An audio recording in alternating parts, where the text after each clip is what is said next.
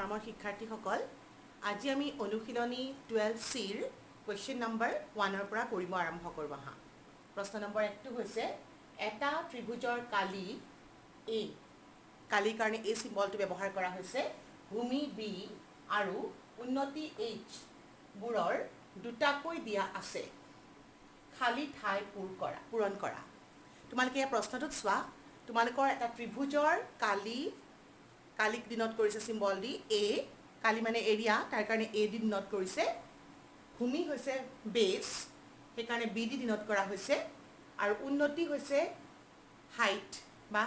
altitude ক'ব পাৰো তাক H দি ডিনোট কৰিছে এই কালি ভূমি আৰু উন্নতিৰ ভিতৰত যিকোনো দুটা দিয়া আছে আমি তৃতীয়টো উলিয়াব লাগে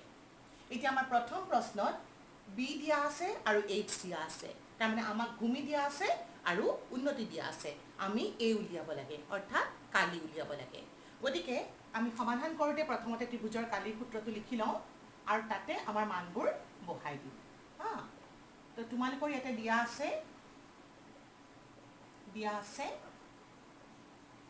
ভূমিটো দিয়া আছে ন ভূমি তাৰ মানে হল H দিয়া আছে তোমালোকক 8 সেন্টিমিটাৰ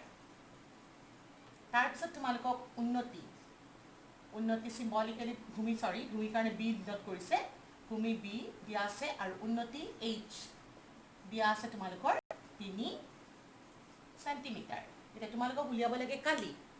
গতিকে ত্ৰিভুজৰ কালিৰ আমি সূত্ৰটো জানোৱে কি হয় মনত আছে নিশ্চয় লাষ্ট ক্লাছত আমি পঢ়িছিলো দুটা সূত্ৰ ব্যৱহাৰ কৰিছিলো ত্ৰিভুজৰ কালিৰ কাৰণে আমাৰ এটা সূত্ৰ আছিলে হাফ পূৰণ ভূমি পূৰণ উন্নতি আৰু আনটো হৈছিলে তোমালোকৰ হিৰৰ সূত্ৰ আমি ব্যৱহাৰ কৰিছিলো যদি আমাৰ তিনিটা বাহুৰ যোগ দিয়া থাকে তেতিয়া ইয়াতে যেহেতু ভূমি আৰু উন্নতি দিয়া আছে গতিকে আমি প্ৰথম সূত্ৰটো প্ৰয়োগ কৰিম অৰ্থাৎ হাফ পূৰণ ভূমি পূৰণ উন্নতি আমি এই সূত্ৰটো প্ৰয়োগ কৰিম ভূমি পূৰণ উন্নতি এতিয়া আমি যিখিনি মান দিয়া আছে সেইখিনি বহুৱাই যাওঁ এতে কালি উলিয়াব দিছে তোমালোকক দিয়া আছে ভূমি দিয়া আছিল 8 সেন্টিমিটাৰ এককটো একে আছে গতিকে আমাৰ বিশেষ চিন্তা কৰিবলগীয়া নাই আৰু একক হৈ গল কালিৰ বৰ্গ সেন্টিমিটাৰ এতিয়া দুইটা আমি 8ক কাটাকাটি কৰিব পাৰো 4 পূৰণ কৰি দিলে হল 4 × 12 বৰ্গ সেন্টিমিটাৰ এটো হৈছে আমাৰ ত্ৰিভুজটোৰ নিৰ্ণয় কালি অৰ্থাৎ এৰ মান এতেকে আমি ইয়াৰ পৰা লিখিব পাৰো এতেকে A = 12 বৰ্গ সেন্টিমিটাৰ লাষ্টত লিখি দিছো কাৰণ তোমালোকক ইয়াতে A উলিওৱা বুলি কোৱা হৈছিল তোমালোকে নিশ্চয় ধৰিব পাৰিছা মই এনেকুৱা ধৰণৰ আৰু এটা কোৱেশ্চন কৰাই দিছো তোমালোকক এই কোৱেশ্চনটো তোমালোকক দিয়া আছে ভূমিটো তোমালোকক দিয়া আছে 30 মিটাৰ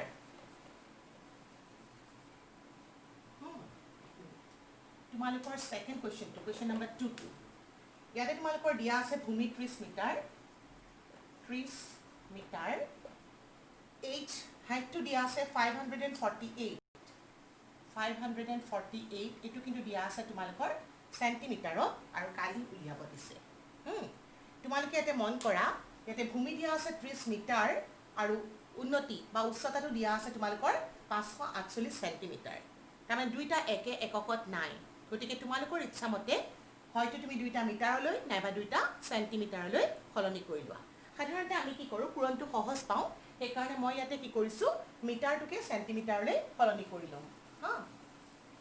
এনেহলে আমি ইয়াতে কি পাম আমাৰ হাতত দিয়া আছিল 30 মিটাৰক তুমি 100 ৰে পূৰণ কৰি দিয়া হয়নে এটা হলে কি হৈ যাব সেন্টিমিটাৰ তাৰমানে 30 ৰ পিছত দুটা শূন্য লাগি যাব আৰু এককটো হৈ গল সেন্টিমিটাৰ তাৰ পিছত তোমালোকৰ উন্নতিটো দিয়া আছে বা উচ্চতাটো দিয়া আছে 548 সেন্টিমিটাৰ এতিয়া চোৱা তোমালোকে 548 কো মিটাৰলৈ সলনি কৰি লব পাৰা তেতিয়া 100 ৰে হৰণ কৰি দিবা 5.48 মিটাৰ হৈ যাব তেতিয়া এইটো মিটাৰত ৰাখিবা 30 মিটাৰ মুঠতে দুই ধৰণে কৰিলে এতিয়া আমি উত্তৰটো বৰ্গ সেন্টিমিটাৰত পাম আৰু তেনেকৈ কৰিলে আমি উত্তৰটো বৰ্গ মিটাৰত পাম গতিকে আমি টেকনিক ক্যালকুলেশন কৰো আমি মানবোৰ বহুৱাই যাওঁ হাফ পূৰণ ভূমি পূৰণ উন্নতি সূত্ৰটো লিখিলো ভূমি দিয়া আছিল আমাৰ হাতত কিমান 3000 হৈ গল 3000 আৰু উন্নতি হল 548 একক হৈ গল বৰ্গ সেন্টিমিটাৰ হল এবাৰ আমি হাফেৰে কাটিব পাৰো দুইটাকে কাটা যাব মই এটুকে কাটি দিছো 2 × 4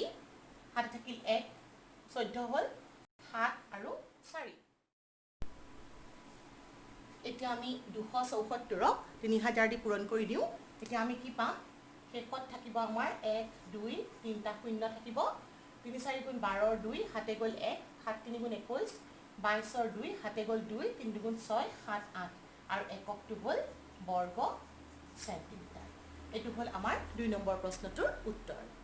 এবাৰ মই তোমালোকক নেক্সট এটা কৰিবলৈ গৈছো নেক্সট মই তোমালোকক কোৱেশ্চন নম্বৰ ইয়াৰে 3 আৰু 4 তোমালোকে নিজেই কৰিবা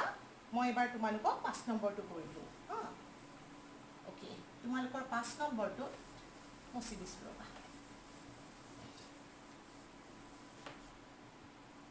তোমালোকৰ 5 নম্বৰ প্ৰশ্নটোত ভূমি দিয়া আছে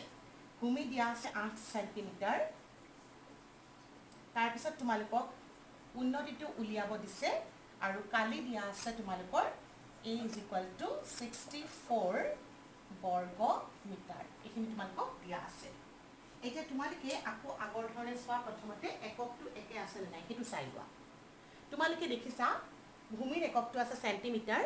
আৰু এৰিয়াৰ কালিৰ এককটো আছে বৰ্গ মিটাৰ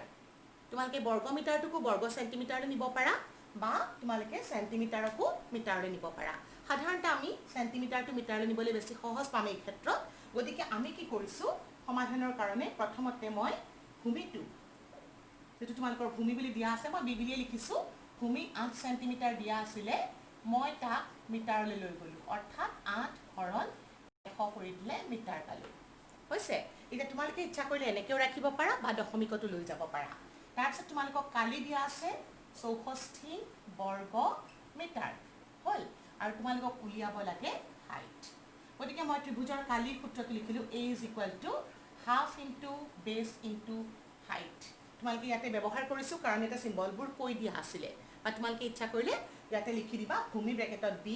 এৰিয়া ব্ৰেকেটত ঢেয়া লিখি পেলাই তুমি এটো সূত্ৰ প্ৰয়োগ কৰিবা তাৰ পিছত তোমালোকৰ হাফ এতে ভূমিৰ ঠাইত মই কি ব্যৱহাৰ কৰিলো 8/100 তোমালোকৰ হাইটটো দিয়া নাই গতিকে হাইটটো হাইটে ৰাখা আৰু এৰিয়া দিয়া আছিল তোমালোকৰ 64 হ'ব এতিয়া আমি এখিনি ক্যালকুলেশনটো কৰিব লাগে মই ওপৰৰ প্ৰশ্নটো মচি দিছো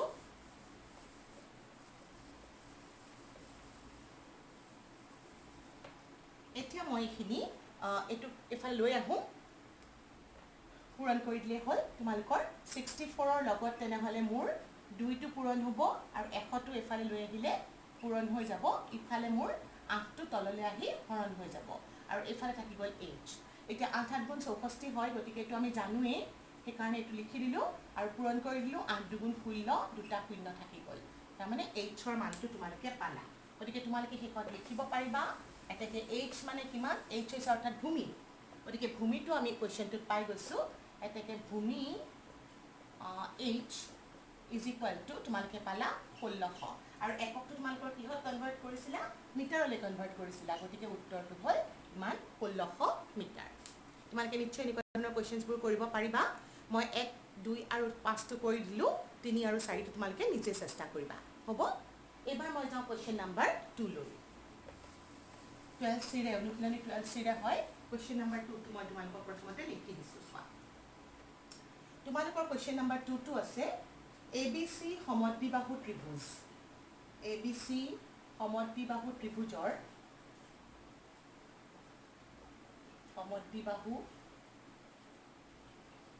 ত্ৰিভুজৰ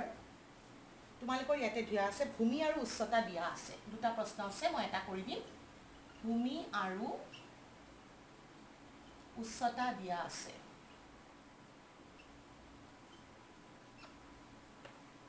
ভূমি আৰু উচ্চতা দিয়া আছে ইয়াৰ কালি আৰু পৰিসীমা নিৰ্ণয় কৰা ইয়াৰ কালি আৰু পৰিসীমা নিৰ্ণয় কৰা ইয়াতে আমাৰ দুটা প্ৰশ্ন আছে হা গতিকে ইয়াৰে 1 নম্বৰ 8 দিয়া আছে তোমালোকৰ ভূমি দিয়া আছে দুইটা পদ্ধতি একে ধৰণে কৰিব পাৰিবা ভূমি দিয়া আছে 32 মিটাৰ আৰু তোমালোকৰ উচ্চতা দিয়া আছে 12 মিটাৰ উচ্চতা দিয়া আছে 12 মিটাৰ তোমালোকে নিশ্চয় এটা ধৰিব পাৰিছা যে ত্ৰিভুজটো তোমালোকক ইয়াতে কৈ দিছে এটা ABC এটা সমদ্বিবাহু ত্ৰিভুজ বুলি কৈ দিছে আৰু তোমালোকৰ এটা ভূমি দিয়া আছে আৰু উচ্চতা দিয়া আছে তোমালোকে এতিয়া ইয়াতে এটা চিত্ৰ আঁকি ল'ব পাৰিবা এটা সমদ্বিবাহু ত্ৰিভুজ এটা আঁকি ল'বা মই ধৰা ইয়াতে এটা ABC এটা সমদ্বিবাহু ত্ৰিভুজ লৈছো ইয়াতে AB আৰু AC মানটো সমান ইয়াৰে ভূমি হৈছে BC আৰু তাৰ তোমালোকক মানটো দিয়া আছে this is equal to 32 metre তাৰপিছত তোমালোকৰ ইয়াতে উচ্চতা দিয়া আছে অৰ্থাৎ মই A পৰা যেটা লম্ব টানিম ভূমিলৈ A ধৰা D এইটো তোমালোকৰ দিয়া আছে 12 মিটাৰ এইখিনি দৈৰ্ঘ্যটো দিয়া আছে তোমালোকৰ 12 মিটাৰ গতিকে তোমালোকে কালি উলিয়াবৰ কাৰণে ইয়াতে নিশ্চয় গম পাইছা কোনটো সূত্ৰ প্ৰয়োগ কৰিবা হাফ ইনটু ভূমিপূৰণ উন্নতি সহজতে ওলাই যাব কিন্তু যেতিয়া পৰিসীমা উলিয়াব লাগিব পৰিসীমাৰ কাৰণে কিন্তু আমাক তিনটা বাহুৰ যোগফল লাগে ত্ৰিভুজৰ পৰিসীমা গতিকে আমাৰ এটা বাহু জানো কিন্তু এই দুটা বাহু উলিয়াব লাগিব হয়নে তাৰপিছত আমি তাৰমানে এই দুটা বাহু প্ৰথমে উলিয়াই লৈ তাৰপিছত ক্যালকুলেশন কৰিম ঠিক আছে প্ৰথমতে মই ত্ৰিভুজৰ কালিটো কৰি লম গতিকে আমি সমাধানৰ কাৰণে তোমালোকে প্ৰথমতে এইখিনি দিয়া আছে বুলি লিখি ল'বা মই আকৌ এবাৰ নিলিখো আৰু দিয়া আছে ভূমি আৰু উচ্চতাটো লিখি ল'বা হা গতিকে ত্ৰিভুজৰ কালিটো হ'ল ত্ৰিভুজৰ কালি সূত্ৰটো হৈছে তোমালোকৰ হা পূৰণ ভূমি পূৰণ উচ্চতা গতিকে মই এতিয়া মানটো বহাই দিলে হ'ল মই অকমান এফালে লিখিছো দেই ক্যালকুলেশনৰ সুবিধাৰ কাৰণে তোমালোকে তলে তলে কৰি যাবা তোমালোকৰ স্পেচ থাকিবই ভূমি দিয়া আছে তোমালোকৰ 32 আৰু এফালে দিয়া আছে তোমালোকৰ 12 আৰু একক হৈ গ'ল বৰ্গ মিটাৰ কাটি দিয়া 16 হ'ল তাৰমানে তোমালোকে এটা পূৰণ কৰি দিয়া 16 12 ৰে হা 6 গুণ 12 2 হাতে গ'ল 1 2 গুণ 2 1 3 6 1 2 9 1 তাৰমানে তোমালোকে পালা এতিয়া 192 বৰ্গ মিটাৰ এটো হৈছে তোমালোকৰ ত্ৰিভুজটোৰ কালি কিন্তু আমাক এটা পৰিসীমা উলিয়াব দিছে হয়নে যেটো আমাক পৰিসীমা উলিয়াব দিছে গতিকে তোমালোকে মই ইতিমধ্যে কলোৱে তোমালোকক তিনটা বাহুৰ যোগফল লাগিব তাৰমানে তুমি এই বাহুটো আৰু এই বাহুটোৰ যোগটো উলিয়াব লাগিব এটা মই এটো কেনেকৈ উলিয়াম চোৱা তোমালোকে জানা যে AD ইয়াতে মন কৰা AD হৈছে তোমালোকৰ BC ৰ ওপৰত লম্ব যদি AD BC ৰ ওপৰত লম্ব হয় তাৰমানে এই কোণটো হ'ল তোমালোকৰ 90 ডিগ্ৰী হয়নে আৰু এটা কথা তোমালোকে মন কৰিবা তোমালোকে এই মুঠডাল 90 ডিগ্ৰী হয় ইতিমধ্যে হৈছে এটো 90 ডিগ্ৰী হয় হা গতিকে 90 ডিগ্ৰীত আমি পাইথাগোৰাছৰ সূত্ৰ ব্যৱহাৰ কৰিব পাৰিম পাইথাগোৰাছৰ সূত্ৰ যদি মই ব্যৱহাৰ কৰো তেনেহলে মই জানো যে এইটোৰ স্কয়াৰ অৰ্থাৎ এইটো আৰু এইটোৰ স্কয়াৰৰ যোগফলৰ সমান কিন্তু তাৰ কাৰণে মোক আকৌ এইটো নাজানো এইটো জানো কিন্তু এইখিনিও নাজানো এইটো আমি উলিয়াই ল'ব লাগিব এই তোমালোকে এটা কথা মন কৰিবা এই যে আমি যে লম্ব টানিছিলো সমদ্বিবাহু ত্ৰিভুজত ই দুটা সৰ্বসম ত্ৰিভুজত ভাগ কৰিছে অৰ্থাৎ ইয়াৰ প্ৰত্যেকটা অনুৰূপ অংশ সমান তাৰ মানে তোমালোকে BD আৰু DC মানটো সমান BD আৰু CD মানটো সমান তাৰ মানে BD আৰু CD যদি সমান তাৰ মানে কি পাইছো আমি BC ৰ আধা BD ৰ যোগ বা উল্টাকে ক'ব পাৰো BD মানটো BC ৰ আধা হ'ব সৰ্বসমতা তোমালোকে অলৰেডি পঢ়ি আহিছা কেনেকৈ কৰিব লাগে বা মই তোমালোকক এবাৰ কৈও দিছো শুনা এইটো 90 ডিগ্ৰী হয়নে 90 ডিগ্ৰী বিপৰীত বাহুটো হৈছে তোমালোকৰ কি কৰ্ণ অতিভুজ গতিকে এইটো ত্ৰিভুজ আৰু এইটো ত্ৰিভুজৰ এইটো কোণ আৰু এইটো কোণ সমান সমকোণ আহিল এডাল বাহু সমান কাৰণ সমবাহু ত্ৰিভুজ আৰু এডাল সাধাৰণ বাহু গতিকে স ক বা সমকোণ কৰ্ণ বাহু বিধিমতে ত্ৰিভুজটা সৰ্বসম গতিকে আমি ইয়াতে পাম সদায় কি BD সমান BC আৰু BD আৰু DC যদি সমান হয় তাৰমানে BD আৰু DC কি হ'ব BC ৰ আধা হ'ব ওকে মই এটা অংকখিনি প্ৰসিদ্ধ কৰো এইখিনি মচি দিছো চিত্ৰটো হলে হ'ব মোক এতিয়া সোৱা মই ইয়াতে কি কৰিলো প্ৰথমতে যেহেতু AD BC ৰ ওপৰত লম্ব এতেকে মই কি পালো ত্ৰিভুজ ADB সমকোণী হা গতিকে এটো যেতিয়া সমকোণী ত্ৰিভুজ গতিকে সমকোণী ত্ৰিভুজত পাইথাগোৰাছৰ সূত্ৰ মতে মই ইয়াতে পাম AB square is equal to AD square যোগ BD স্কয়াৰ হ'ব এটা মই AB মানটো উলিয়াব লাগে ঠিক আছে আৰু AD টো মই জানো এখিনি 12 মিটাৰ 12 ৰ স্কয়াৰ আৰু BD টো কিমান হ'ব তোমালোকক ইতিমধ্যে কলো BD আৰু DC সমান তাৰ মানে BD টো হ'ব তোমালোকৰ half of BC half of BC মানে কিমান 12 12 গুণ 144 লিখি দিব পাৰো হাফ BC ৰ যোগ হৈছে 32 স্কয়াৰ কাটাকাটি কৰি দিও 44 আৰু এটো কাটিলে হ'ল 16 16 গুণ কিমান আছে 190 16 আৰু 16 পূৰণ কৰা 6 6 গুণ 36 6 হাতে গ'ল 3 6 গুণ 6 7 8 9 6 গুণ 6 1 গুণ 1 মনত থাকে যদি কৰি দিবা 256 হ'ল 256 যোগ কৰি দিয়া 10 শূন্য হাতে গ'লে 5 4 9 10 শূন্য হাতে গ'লে 4 তাৰমানে তোমালোকে এতিয়া পালা ab স্কোৱাৰৰ মানটো পাইছা কিমান 400 গতিকে ab স্কোৱাৰৰ মানটো যদি 400 পাইছা ইয়াৰ পৰা তুমি ab মানটো কিমান পালা √400 পজিটিভ ৰুট ল'লে হ'ল আৰু এককটো হৈছে তোমালোকৰ মিটাৰ তাৰমানে 400ৰ বৰ্গমূল কিমান 20 মিটাৰ গতিকে তোমালোকে এটা পালা ab মানটো হৈছে 20 মিটাৰ ইতিমধ্যে তোমালোকে জানা ত্ৰিভুজ abc সমদ্বিবাহু হয়নে এইখিনি মচি আকৌ কৰিব লগা হৈছে পিছৰখিনি ওকে এতিয়া তোমালোকক আকৌ দিয়া আছিলে যিহেতু abc সমদ্বিবাহু বা ত্ৰিভুজ abc সমদ্বিবাহু গতিকে মই ইয়াৰ পৰা কি পাম এতেকে আমি পাইছো ab = ac আৰু দুইটাৰ মান তেনেহলে কিমান পালো 20 মিটাৰ এতিয়া আমাৰ উদ্দেশ্যটো হ'ল পৰিসীমাটো লিখিব লাগে গতিকে ইয়াৰ পৰা মই এতিয়া পৰিসীমাটো লিখিব পাৰো পৰিসীমাটো কিমান হ'ব এতেকে ত্ৰিভুজৰ পৰিসীমা ত্ৰিভুজ abc ৰ পৰিসীমা কিমান হ'ব তিনিটা বাহুৰ যোগফল পৰিসীমা তিনিটা বাহুৰ যোগফল লিখি দিয়া বাহু তিনিটা তোমালোকে গম পাইছাই কিমান কিমান হ'ব ab যোগ bc যোগ ca গতিকে ab মানটো পাইছিলা তোমালোকৰ 20 bc হ'ল 32 আৰু ca হ'ল আকৌ 20 এককটো হ'ল মিটাৰ গতিকে যোগ কৰি দিয়া 2 4 2 7 তাৰমানে আমি পালো পৰিসীমা হৈছে 72 মিটাৰ তোমালোকে দুটা অংক ভালদৰে কৰি ল'বা থেংক ইউ